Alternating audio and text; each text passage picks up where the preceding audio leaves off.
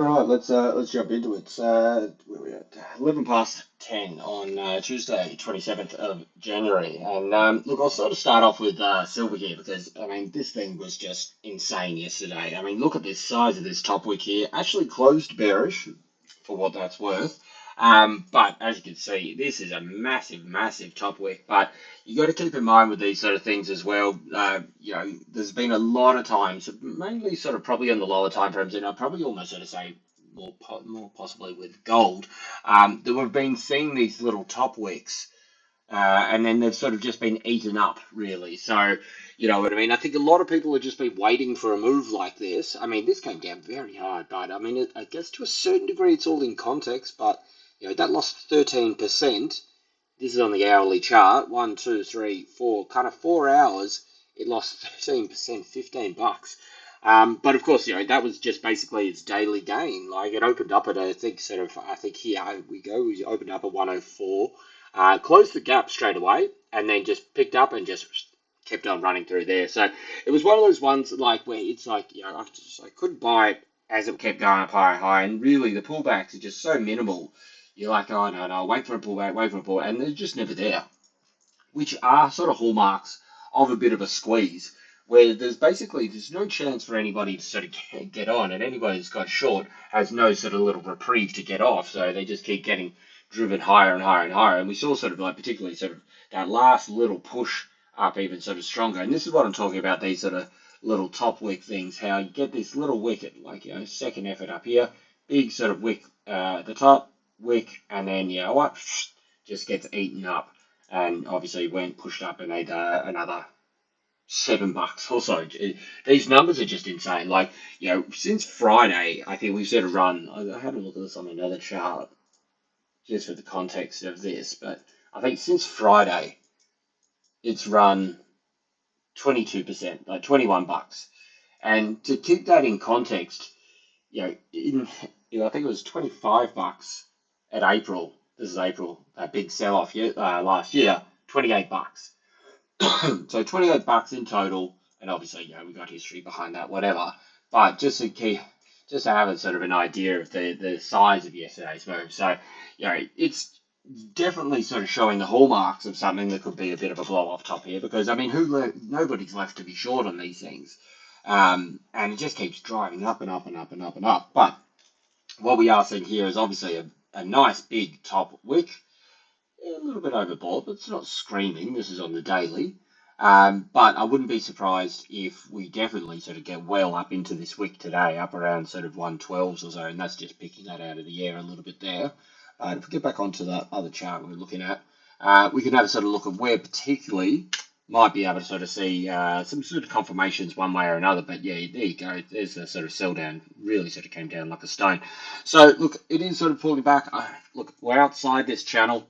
This is what I'm saying. It's sort of like, if this were to be a bit of a channel, then it's broken away, and then it's broken away, and it's just this move here from, as I said, from Friday is just straight up sort of 20 odd bucks. Obviously, we sort of saw the dollar get absolutely decimated through that time as well. The dollar hasn't bounced back a great deal, despite this sort of sell-off here. Gold obviously sort of came off as well. I haven't really looked around too many of the other metals as to sort of where the flows are going, but they don't really at this stage seem to be going back into the metal. Going back into the dollar, or sort of basically doing what they have been doing, which is basically just passing the flows back and forth between one another. It's either sort of silver outperforming massively, then silver dormant, and gold outperforming, and then gold's quiet down. And we had gold sort of drop, I think about 120 bucks or so from its highs around this period here as well. So, certainly, a few people will be getting shaky, and look, rightly so. This thing has just been an absolute behemoth in that, and, you got to sort of think the big people that are actually sort of trading these things, yes, the idea is just sort of buy, and they just sort of set forget, and, here they are in 6 months, they've made sort of life-changing money. Like, literally, these are sort of life-changing moves, had people sort of ridden them correctly, but at the same time, people are going to be locking in. Like, there will be a top eventually.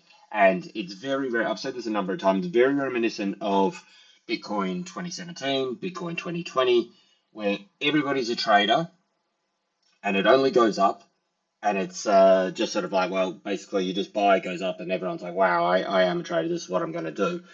Eventually these things do end in tears. Now, it's not to say that this is the point. As I said, look, this is just a bit of a top signal, but in the context of everything, it's just a breather. But eventually, whether it be 118, 150, or 170, whatever, I mean, pick whatever number you like, eventually it'll come back. You'll get the buy dip crew come in and they'll rip it down more and they'll rip it down more, because the thing is, a lot of the people that are just blindly buying has worked so well for them, they get trapped in that and they don't know how to trade a different version of it.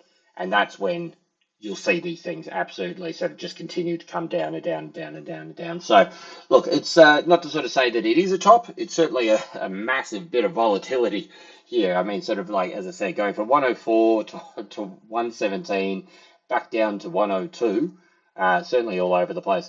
Look, I think it'll be interesting up around this sort of 112 area. See what the market does there. That's a body fill area. Should it get up over there, that'll be interesting, because obviously above that you're heading into 4 wick sort of territory. But certainly I think, seeing this big move down like this, I think a lot of people will be going, hey, look, here's the top. Look at the size of the wick. The daily's sort of actually closed bearish as well. Well, I think that's a perfect time for them to shoot it up and then potentially have another wave down. So, look, it's a bit and ahhing in that at the moment. Certainly you go above 117 and it's just on with the show. It just means it's eaten up that big sort of daily wick and away it goes. As I said, I showed on that sort of lower time frame just before. You can have a little top wick here and then it can just eat it up. A couple more candles up. And so it'll be very interesting, because this is exactly the same as we saw there. Little top wick at the top of a trend, and then 4 more candles after it and ate it up, and then a big sell down. And if we have a look at sort of what happened here, we had a little top wick, 4 candles up, and then big sell down there. So yeah, I think sort of up around sort of 111 will be a bit of an interesting area. Should they sort of reject it from there, then obviously, you're looking for a potential maybe sort of range through this area, and certainly underneath 101.70 also, basically overnight lows, could open you up to sort of coming down a little bit lower. But certainly I think, look, you're just going to find endless streams of buyers at all these levels. So I don't think it's going to come down super quick. But, we could sort of maybe look at this sort of rising support. It's a bit hard to use these sort of charted levels, because sort of these sort of angled levels, because obviously once it's blown away, don't really sort of trust it, because obviously the market's not sort of respecting it as much as potentially it was previously. But yeah, we'll see how we go in that. But I think certainly, any sort of move down into, say, the low 90s will give a pretty good option for a potential sort of move back up. I would say probably well above 100. So yeah, I wouldn't be surprised if moving forward here we get sort of, start to get $6 or $7 or $8 swings, either sort of direction for a little bit before it fully sort of confirms one way or another. But yeah, certainly some crazy sort of stuff there. Have a look at gold at the same time as well, because gold obviously took a little bit of a hit around the same time. About $100 or so came down, but again, it opened up at above 5,000. So this chart doesn't show the gap, but basically just closed the gap, I think, pretty much in that, because I think it sort of closed at what did it close at? 85 or so. So if you say that's kind of the wick there, pretty much exactly on Friday's highs, because it was unable to break through 5,000, came back down, tested it, and boom, buys jumped straight back in straight away. So again, look, as you can see, it's already sort of bouncing up. It's opened up here at sort of 50.10, and it sort of bounced up sort of $30 straight away. So yeah, I wouldn't be surprised if we see these things just really rip back up to the top, because too many people are sort of waiting for this top, and too many people are sort of like, oh, yep, cool, I'm going to short this thing. So what do? They smash it down, and then people get short, they set their positions, and they just get squeezed out. So it's certainly an interesting area up around here, but I think let's pop these through here till we get some sort of break, and close above 5,100. I think we could potentially be seeing again a fairly large kind of consolidation period. But I think certainly early today we'll see a move up, and then I still wouldn't be surprised to see a move back down towards 5,000, sort of through this range. I don't think and this could be the sort of famous last words, but I don't think we're about to sort of just get this to sort of shake out $100 and then make a new high. But given how the metals have been recently, anything, absolutely anything is possible. And even if it did do that, I wouldn't be surprised. So we've put a little level just through the middle here as well. So I think that's kind of like where, because you can see there's a little bit of a range, little dips underneath, but unable to close under. So yeah, up around sort of 50, 65. I think if we get a sort of bit of a rejection from here, then we start to be looking back around that 5,000, giving you a bit of a $50 range or so to sort of play through this middle area here. Aussie held very well through yesterday. It's coming into a big sort of high time frame resistance. So if we get right back over here, these are the highs from 2024, September, just before it got absolutely crunched coming down here. This is just prior to when Trump came into office. And this is one of those periods. Unfortunately, I got clipped on this. I was trading longs through this period through here. It's funny. You look at these charts and you're like, oh, I can remember everything here. Just come back from Europe. Like here, on this day here, I remember I was at my partner's place and this Aussie got absolutely pulverized through here. I'd never seen it drop so quick. It was like literally, I think, 150 points in like 4 minutes or something. And it was incredible. It just got absolutely sort of pulverized. And obviously we can see now that wick, bang, gave us a big sort of turnaround. And this is what I'm talking about sort of with gold and silver. This is what people are kind of looking for. If you invert the chart, it's all exactly the same. It doesn't matter whether you're going up or down. Look at the size of this big top wick here, and then have a look at sort of what silver's just put in. Oops, I'll find out where the hell we are. That's silver's one there, bang, right, big wick there. So, and you can see why sort of people might sort of be thinking, hey, here we go, big wick, rejection, boom. But, as I said, you're going against a sentiment which is just utterly insane in that at the moment. So, so we get back onto Aussie. Where are we here? Is that the right way so we can work out where we're looking at?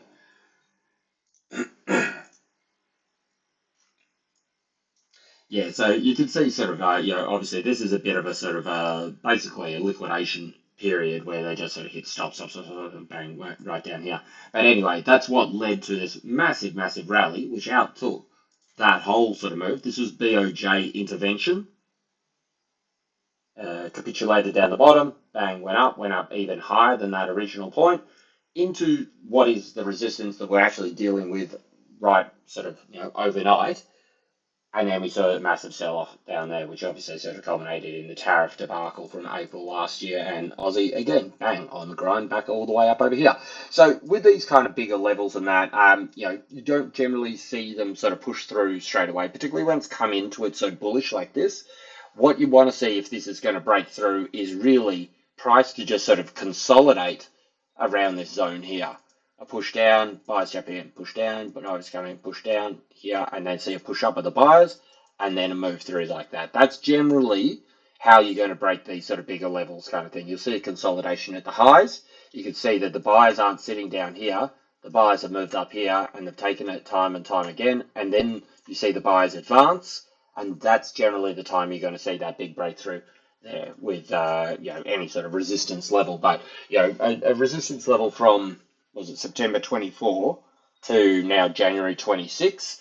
Generally, you're not going to break through that first time. So we'll see how we go with that. But let's put this, get this on current interval. So if we get onto the lower time frame, we can sort of have a look at sort of what it's kind of doing here at the moment. Obviously, we had this last big push up over here. It's holding itself in a small little support through here. Now, this is exactly kind of what I was talking about. And I think sort of particularly if it does hold this for probably a little while longer, I don't think this is on a 1 hour chart. I don't think this is exactly what I was just talking about in the sense of thing. Like, I mean, it is buyers are holding it, buyers are holding it, buyers holding it. It is consolidating underneath this sort of resistance zone. And of course, we do have CPI quarterly tomorrow, which is the big one for Aussie and the RBA.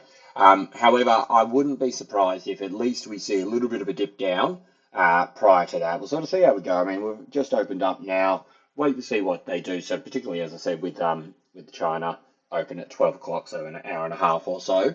But I wouldn't be surprised, particularly if we get a close down underneath this zone here, that we've still got a tiny little gap here for what it's worth. So it's only 10 points or so from the support, 20 points or so from the supports. But should we sort of see a little bit of a continuation, this will come sort of if we do see, maybe another wave down in metals, if we see a little bit of a rally in the US dollar, this will probably lead to at least a fishing expedition down here to sort of see some stops in that on these lower levels. With CPI tomorrow, though, I do expect these things to be bought up. But as you can see, sort of as Aussie sort of moved up in this big breakout down here, so we're looking at that sort of potential descending triangle. Obviously, the breakthrough there, and it just hasn't looked back since we had what was it? The big strong job numbers, which really opened up the idea that potentially it's falling more into the camp of a hike, and the market's been very, very priced for at least another hold. And this is why CPI is going to be so important, because if CPI comes in hot, then you've got the jobs market saying, hey, we're okay for a hike. You've got the inflation side of stuff, sort of the CPI side of stuff saying we need to hike to sort of slow inflation. That's what's going to give Aussie a bit of a push and a breakout there. So I think certainly at the moment, for the time being, you got dip buys should we get down underneath these levels underneath here. But as I said, this whole move up here, these pullbacks are basically non-existent. The buyers have just stepped up, pushed it, stepped up, pushed it. We're seeing the same thing up over here. But should we see, as I said, metals with a bit of volatility, that might rattle Aussie a little bit, as it's not the only thing that drives Aussie, but it is one of the pillars that may sort of hold it up there a little bit. Move along there. So have a look at the dollar, because the dollar, again, has just been absolutely pulverized here. Over the weekend, this is kind of what I was thinking, that we may get a bit of a push up into this area over here. We do have a very big zone coming up down underneath here. This is kind of weekly line in the sand for the dollar. So on a much higher time frame, excuse me, where are we at weekly? We do have, this line here, this massive trend line from April. April. Well, it is April, but April, that's not the significant part. 2011 is the significant part. And technically, it's through it. So this is something to keep on, so in the back of the mind for sure. Because like that week last week, it just got absolutely pulverized. And I thought we may have sort of got a little bit of a rally effort back up yesterday. Get back on to where we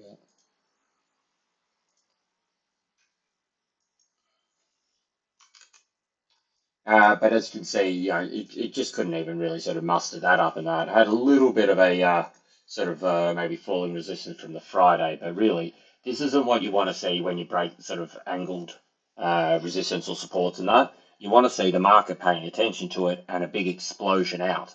If it dribbles out to the side of these things, generally sort of means that the market's not looking at it, and this is the outcome. Bang, falls back down there a little bit lower.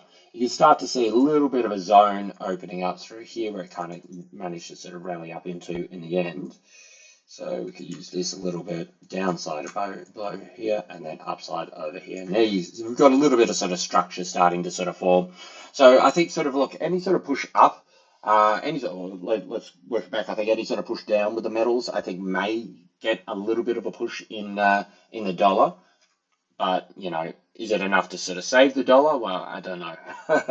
That's a bit of a tough call on that at the moment, because it just sort of seems to be everything about the dollar they just like get the hell out of. And it really sort of came in the US session. As you can see through here, this is Asia and Europe actually, I don't know, is this Asia there? Oh yeah, this is sort of Asia and Europe on Friday. And then as soon as the US markets opened, bang, it got pulverized. And same yesterday, kind of sitting, actually moved up a little bit coming into it. US markets open, bang, they sold it down. Obviously, yesterday's sell down wasn't anything like Friday's, but that is still the theme. So maybe they're starting to tire out of how much they are going to sort of dump this thing down here at the bottom. We'll have to sort of wait and see how that sort of plays out. But again, I still structurally wouldn't mind sort of seeing this thing come back up to sort of like 97.80 and then sort of see what happens with the market there.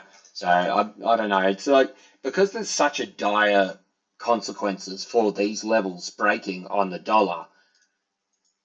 I would probably expect these things to sort of try and sort of play a few games first, hence sort of get a little bit of a push up to the top side here. If you see this, it's gonna come at this obviously the same time as a little bit of sort of metals volatility. Aussie sort of doing that little dip down potentially, and then sort of we could sort of start to sort of see, is this it for the dollar? Are they going to sort of basically break these major levels? And if we break this 96 here. I just showed that weekly rising support. This is a big horizontal. These are the lows from last year. If you break those lows there and come down here, realistically, it's pretty open air down to, sort of basically call that the range. You're probably looking down 92 for at least the next stop. And then sort of realistically down around 80s on a weekly time frame. Is your next sort of big support. So the ramifications of this breaking this level are going to be massive. And this is what's going to, potentially see a whole nother wave of metals higher.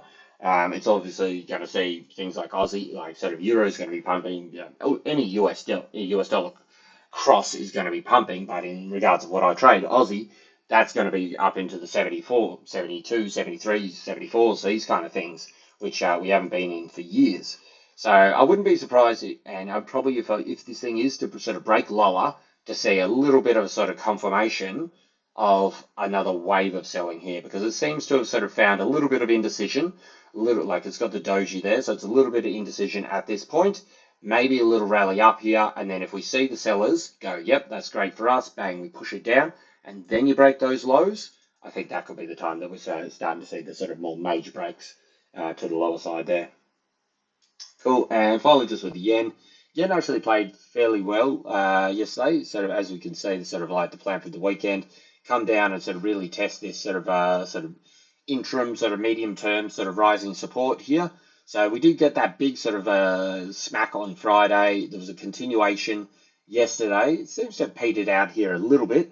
BOJ is very much about the talk and all this kind of stuff. And the idea at the moment, and supposedly what's happening is that the Fed and BOJ are both working together to sell US dollars to buy yen, to obviously sort of help stabilize the currency there a bit. But obviously that's having massive ramifications and flow-on effects, not just for the US dollar, but of course all sort of yen crosses, hence the Aussie sort of coming off here a little bit as well. It did find a little bit of support around here. This will be an area, if we go underneath 106, something that's worth noting, because obviously then takes you down with a fake breakout over here and back down underneath this channel down here. We could see a bit of a continuation, probably down to around those sort of 104.50 to 104.80. And I wouldn't be surprised if we get a bit of a bounce effort should we get down into this level over here. But certainly on a break of that level there. So if we get that sort of move underneath 106, I don't think these little levels, have been very choppy through here, but I don't know if these little levels are going to hold it. I'd probably be looking for something a little bit more structural and have a higher sort of time frame around that sort of 104.60 to sort of see how that goes. Unless this is it. And if this is it, above sort of 107, well, you probably maybe see it drift back up into the 108s again and sort of see how they sort of handle that. All right, and I think that's about it at the moment. We don't really have so much sort of data coming out today. We've got durable goods. No, we had the durable goods overnight. There's nothing at 5 a.m. No, so I'm not quite sure what that big driver was at 5 a.m. But we have here. So yeah, we had a little bit of sort of US data for what it's worth at the moment. Look, it is positive. Durable goods orders sort of up there, but very negligible sort of effects on the market and that at the moment. And business confidence at 11:30 for Aussie. That's about it. And then that's about it for all consumer confidence. Richmond manufacturing, not going to be massive market movers. All right, that's it from me.